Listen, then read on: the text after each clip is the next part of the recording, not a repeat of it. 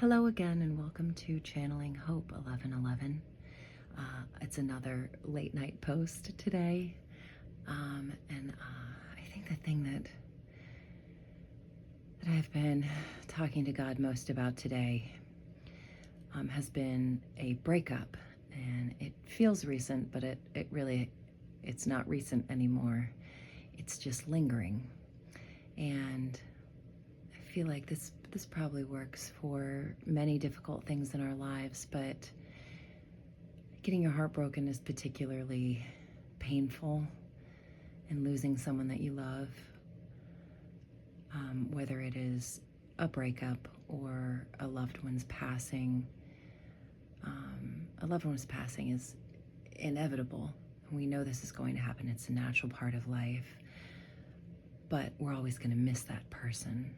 And we're going to love them and miss them and think of them. And that can be quite painful. And that void that they leave behind is always difficult and incredibly painful. And in a breakup, many times, you don't see it coming, or you do see it coming. It could be something that, even if you realize why it happened and you agree with the reasons and that you weren't a good fit, it can still be very painful. So I'm dealing with a breakup that's hit me harder than anything else, really, I think, which has definitely caught me off guard. I love unconditionally. I've known this about myself for many years. Once I fall in love with someone, I will always love them. It doesn't mean that I stay and take abuse and put up with bad behavior and, stuff like that. It just means that even people from my distant past that I loved, if it didn't work out for whatever reason, I still love them. I fell in love with them for specific reasons, their sense of humor, their talent, their intelligence, their heart, their kindness, a number of things, the way they, it could be their family, dynamics and everything could be part of it. And all of those things are still there. All of those things, unless it was a complete fabricated lie, which I really don't think most of those things are. There could be a lot of miscommunication and thinking things are one way when we envision our future together, and then it doesn't turn out to be that way, so then we feel like it was a lie. But even with my narcissist, he was still funny, intelligent, talented. These things are true about him, and they're reasons that I fell in love with him. And I thought he was trustworthy, and it turned out he wasn't. So I didn't stay. But to this day, and this is, I don't even know how long, over a decade, way over a decade ago, that we broke up. And I did think that, before I knew he was a narcissist and there was, cheating that I found out about and whatnot, I thought he was very ingrained with my family and everyone got along.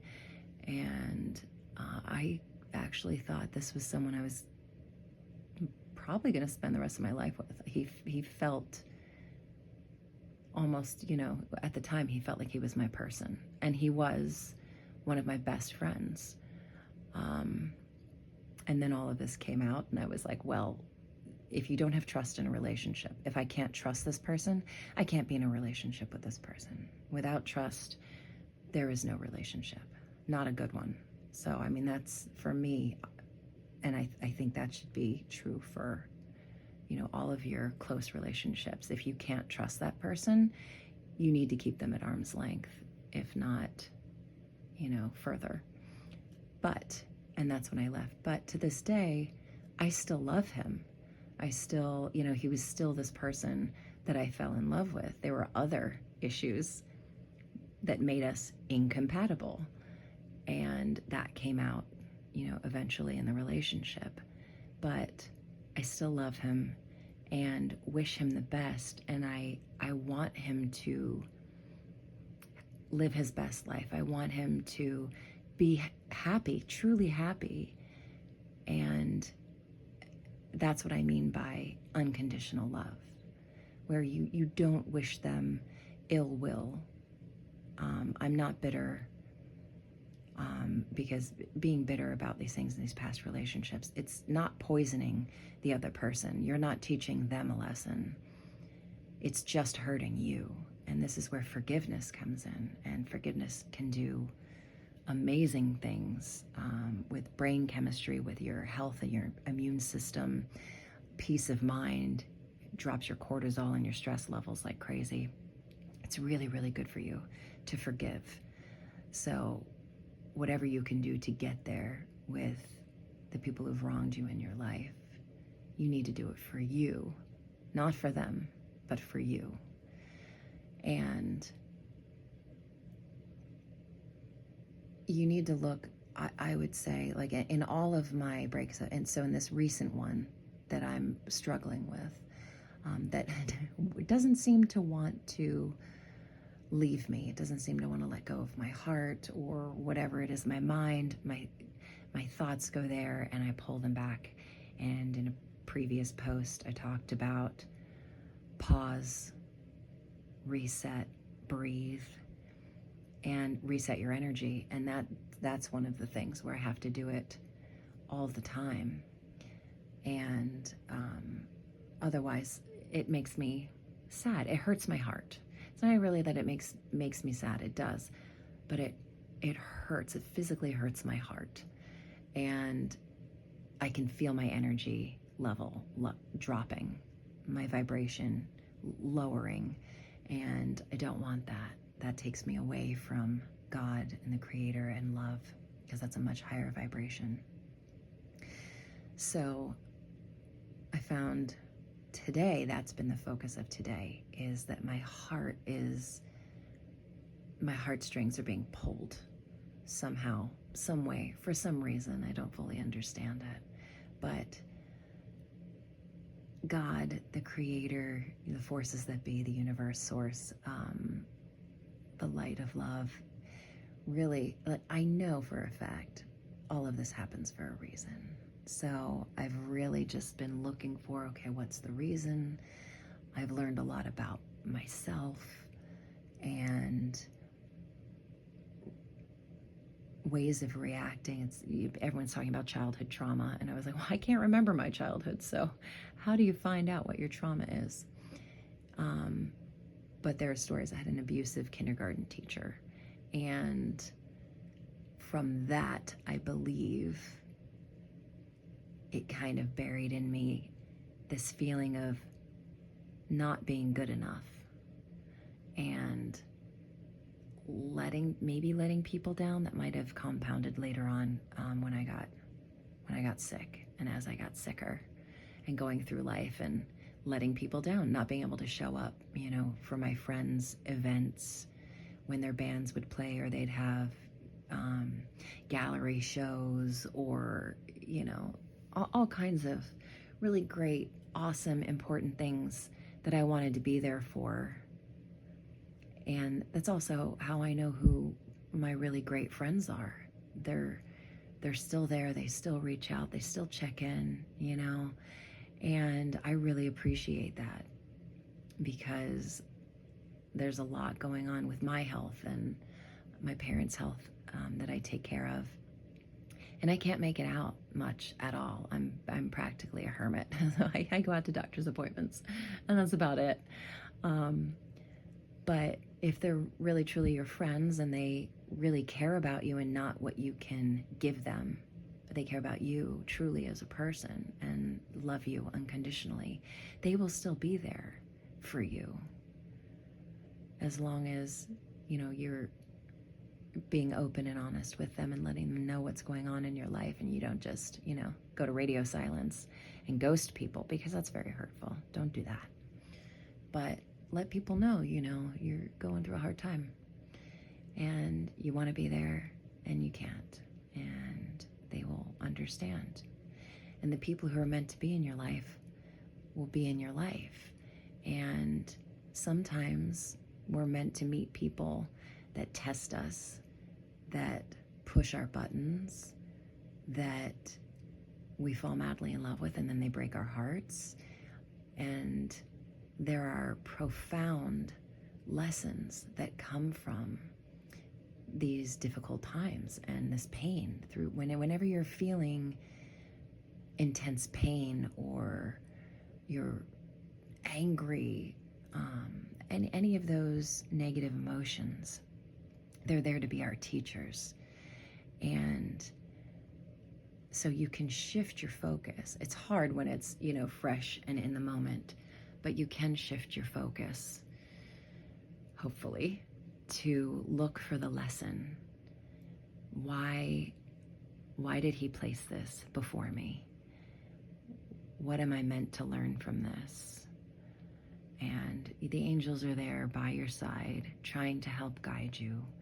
And you can always stop and get into a quiet headspace and try and meditate on it. Ask the angels, ask God, what am I meant to be learning in this situation? Where should I be looking? What should I be doing? How do I get through this?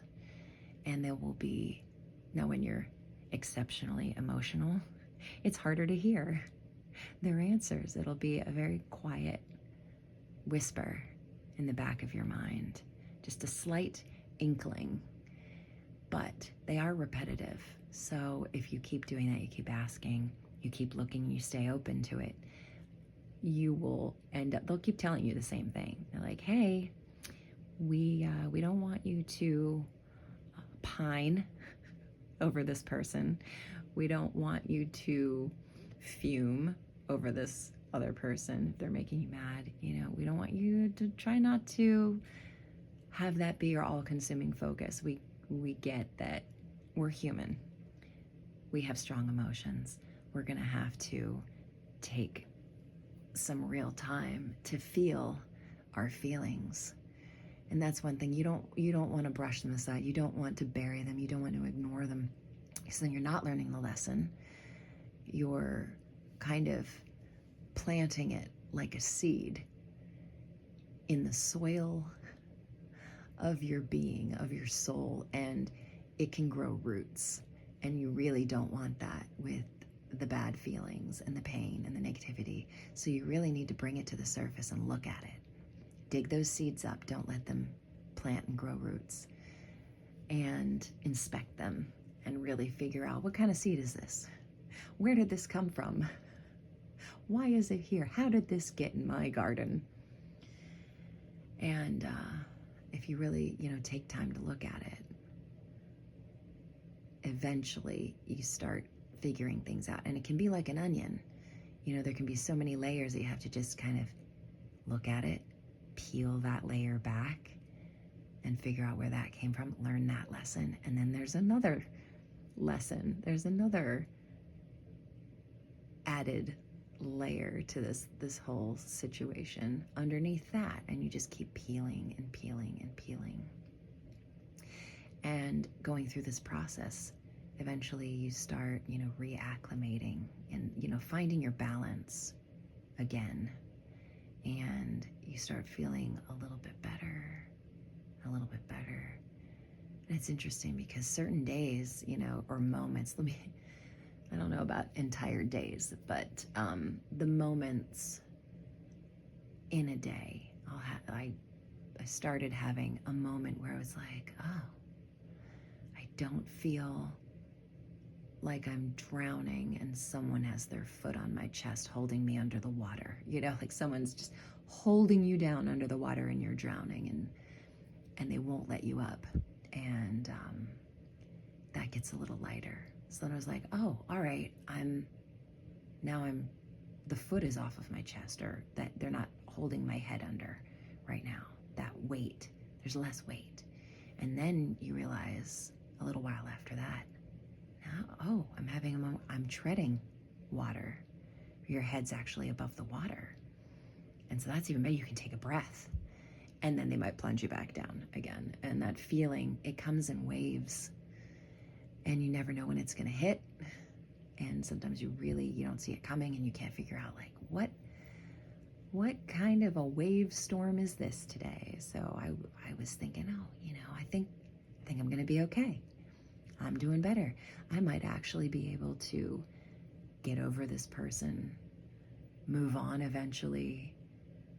Someday I might think about dating someone else, and that's exciting. It's like, oh, okay, I'm going to be all right. I don't feel like I'm dying right now. This is good. And then you'll have a day like today where you have some more waves. Now the waves are smaller than they were, thank goodness. But there are still those waves. And you're like, what is going on with today? Why now? And then I wonder, is this person still connected to me? Are they thinking about me today? And so it's pulling on my heartstrings, pulling on my energy. I don't know, people talk about that being a thing. I was previously telepathic with this person, which was a brand new experience. Never had that happen before. And there was a lot of new closeness, emotional connection that I had with this person, and a spiritual connection. I feel that we talked to God kind of on the same wavelength, which was new and unique for me. And I didn't realize that I was missing that in my life, because my conversations with God have always been very, very private, and I don't talk to many people. I'd say maybe 4 or 5 people in my life that I've had this conversation with. I'm like, oh yeah, I talk to God and he talks back. And about my closeness with him, my oneness with him. Somebody said, I think Quasi said, he doesn't believe in God, he knows God. And that hit me, and I was like, yes, that's it. It's not that I don't believe in him. I know him. It's not a belief, it's a knowledge, it's a knowing, it's a deep knowing, and being one with the Creator. There's no question in my mind whether or not he exists, and stuff like this. It's very close and personal for me, and undeniably real, and every day, all day part of my life. And I never really talked to many people about it, even the closest people in my life.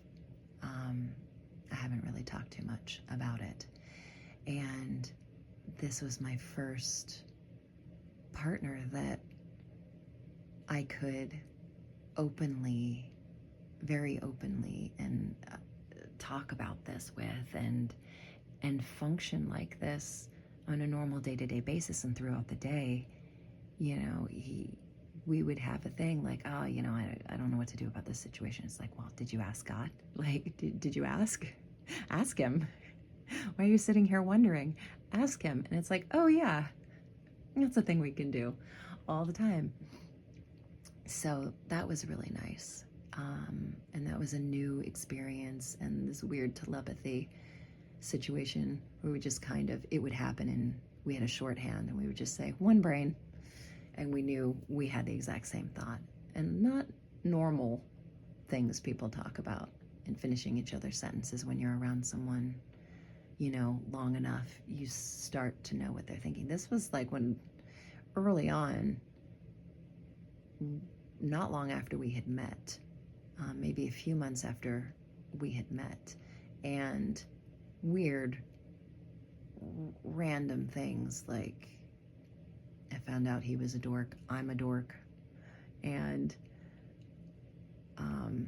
I was thinking we should have a dork off to see, who's the biggest dork. And right when I thought we should have a dork off, then he immediately said, and I didn't say it out loud, I thought it, and he said, we should have a dork off. And I was like, that was the first instance, and it blew me out of the water. I was like, are you kidding me? You just read my mind. Straight up read my mind on a weird thing that I've never heard anyone else say that. And, yep, we both make up weird words, and we're very much alike and yet very different at the same time. And, I thought we were for sure going to get married there for a while. And so that really caught me off guard. So I think part of it is I had this extreme closeness with him, and also that it caught me off guard, and I really didn't see it coming when he broke up with me. And because I would say he's a man of his word, and he said he already saw us as married and he would never break up with me. And then he broke up with me eventually. I mean, and it's not his fault. It's not my fault. We were both going through unbelievably challenging and difficult things in our lives that would, my thing very easily, I was on the verge of a nervous breakdown. His stuff that he was going through was, I can't believe, I was worried about his health a lot, and him like having a heart attack or a stroke because of the stress, the extreme and constant stress that he was under. And this was, for a few years, and it just kept getting worse and worse and compounding. And it was a lot for anyone to go through. I called him Superman all the time, with his ability to handle what life was throwing at him. And it really was not fair what he had to go through, and the pain and stress that it caused. And yet he was a Superman, and with my stuff, it didn't bring us closer together, because my mom had a cancer recurrence that was really bad, and she couldn't get to the bathroom by herself for a long time. I was worried about, I didn't let her sleep by herself for a while. Like, I slept in the bed next to her, because I'm a light sleeper now. So whenever she would move, I would wake up in case she needed to get up to go to the bathroom, or she was feeling sick and, needed my help, or she was in pain and needed, medication or something. I'm pretty much not pretty much, I am her 24/7 caregiver. And when he and I met, that was the case. She was in remission, though. My health was doing better than it had in a long time. She was in remission and doing quite well. And we had talked about, my priority was moving home and taking care of my parents, which is what I was doing. And his priority was taking care of his kids, which was great. And we both supported each other in that. And that was one of the things that we fell in love with each other, I think. His caring nature and his heart was definitely, he's an amazing human being, and that's what I fell in love with. And what I still love about him, he's still an amazing human being. And throughout our relationship, he was an amazing human being. And I harbor no ill will towards him, only the best. And I still wish that I could make his life easier, because it's still not easy, for sure. And mine has gotten better. My mom's in remission again. But we broke up at a time. I couldn't be there for him really at all. I think I saw him once every 2 weeks, maybe. Whenever I could find a couple hours to get away, or he could come visit with me if I couldn't get away, maybe we could watch a movie or something, you know, but it was very difficult. And so I certainly don't blame him for walking away. But I didn't see it coming, because I did take him at his word when he said those things. So after we broke up, I said, never, ever tell anyone that you will never leave and you already see yourselves as married when you're not married. Don't say that. And don't say you will never leave and then break up with him. I mean, that was really, really damaging. So that's part of the problem, I think, with me not being able to move on, is that it really blindsided me. And there are a lot of things in life. I mean, you could have a job. It could be a job that you've been in for decades. And especially back in the days when they used to have pensions and everything, and you could stay with a company for your whole life and then retire well back then, and especially if you had a pension, like, all that is great. But then every once in a while, this is a similar kind of situation, I would say, where you're let go and the rug is just pulled out from underneath you, and you did not see that coming. It's a huge part of your identity. You had a whole vision for your future. This is probably the main part, even if it's not like your identity and you have other interests, so that's not the destroying part. But a lot of people do tie their identity into what they do or who they're with. But for sure, it pulls the rug out from underneath you when you had this vision of your future.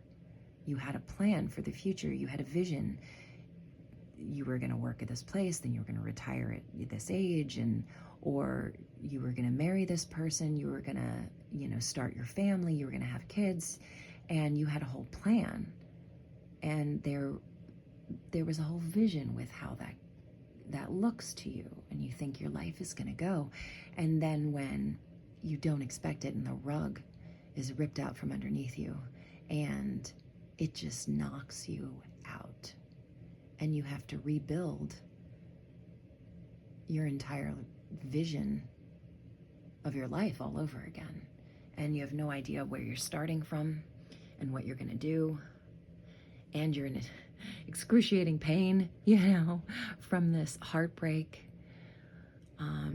And it's heartbreaking losing a job like that too, being let go, and it makes you question your self-worth. It makes you feel like, what did I do? And it's a lot of similarities with a relationship and with a long-term job and things. What's wrong with me? Why wasn't I good enough? What did I do wrong? What could I have done differently? That'll get you every time. What could I have done differently? And, maybe there were things that you could have done differently, and maybe not. Maybe this is the way God had planned it the entire time, and even if you had done things differently in the moment, you still would have ended up in the same situation, because I really believe everything does happen for a reason. And our souls chose these challenges, as kind of horrible as that sounds, because there are horrible things in the world. But going through certain things and feeling some intense pains are the only way that you can really learn certain lessons and your soul can grow. And I think it's the Kabbalah that talks about you're the vessel. Your soul is the vessel, and the Creator brings you these difficulties to break open your vessel so it expands and it grows bigger with every break. If you learn from it, if you let yourself figure out the lesson in that hardship, it makes your vessel, your soul, bigger, and you can hold more of the light of the Creator. I'm like, that's amazing. That's a great way. That has actually helped me immensely recently with feeling better about all of this pain. So it's like, what is this teaching me? Yes, I'm looking at myself. Where did I make mistakes? Okay, I'm learning this lesson. I'm not going to make that mistake again, you know? But it's also, and then I looked at all of my relationships when I have loved someone over the years. And each time, the next relationship, it seems I love that next person even more fully, more deeply, more completely.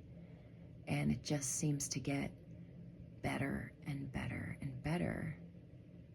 So that makes sense that my vessel is growing bigger and bigger with every heartbreak and every trial and tribulation. So I always certainly try and look for the why, the reason why this is happening, and how is this going to make me grow, and what are the valuable lessons that I can learn from this. That's the only time that you have a wasted relationship, is if you stick your head in the sand and become bitter and refuse to learn from the experience. Then that's a waste of time and very sad. And I feel like you're missing the point on that one, because love is never a mistake. I have a hard time with what do they tell women to play by the rules or something in their games, and I can't do any of that. I'm just, what you see is what you get, and what I feel shows up on my face and comes out of my mouth. So if I love someone, I'm going to tell them that I love them. And you know, when they're funny, when I like them and whatever, I don't worry that I'm going to scare a guy away being too available, because if that's the case, they're definitely not the guy for me, you know. And that goes for anyone in your life. If someone can't handle you being authentic, now I'm not talking about going overboard, like don't become obsessive and like stalk them and think, oh, well, if they can't handle me. No, there's something going on there. You need to look at that trauma that you have. Why do you feel like you need to obsess so much? Maybe look into that, because there are some reasons that need to be healed in that instance. And it's not the other person's fault in not accepting you for who you are. That's not a healthy who you are. But you being you, an authentic and a healthy version of you, and you know, being there for someone and letting them know how you feel and not playing hard to get, all of that stuff. If someone can't deal with that because, you know, they have their own issues, their own wounds, their own traumas to deal with, we're all vastly flawed humans. Humans are, you know, all kinds of innately fallible. And you never know what someone else's baggage is. And they might not even know. So that's the really tricky part. But all you can do is look at your own baggage and make sure you're trying to be, or working towards, or being or becoming the best version of yourself. And hopefully when you meet that other person, their flaws mesh well with yours, because no one is perfect. And I gotta tell you, I wouldn't want to be with a perfect person. My last person was almost, as humans go, almost perfect. And it was a little unnerving in the beginning. And then when things got crazy and he broke up with me, I was like, oh, he really is human. He is flawed. He is human. It kind of made me have more understanding. I could relate to him a little better. I feel like I could relate a little more.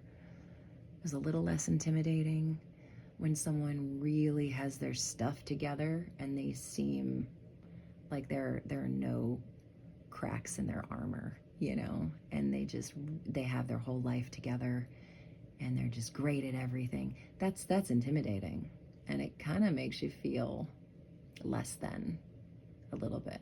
But just realize they still have their stuff. They still have their breaking points.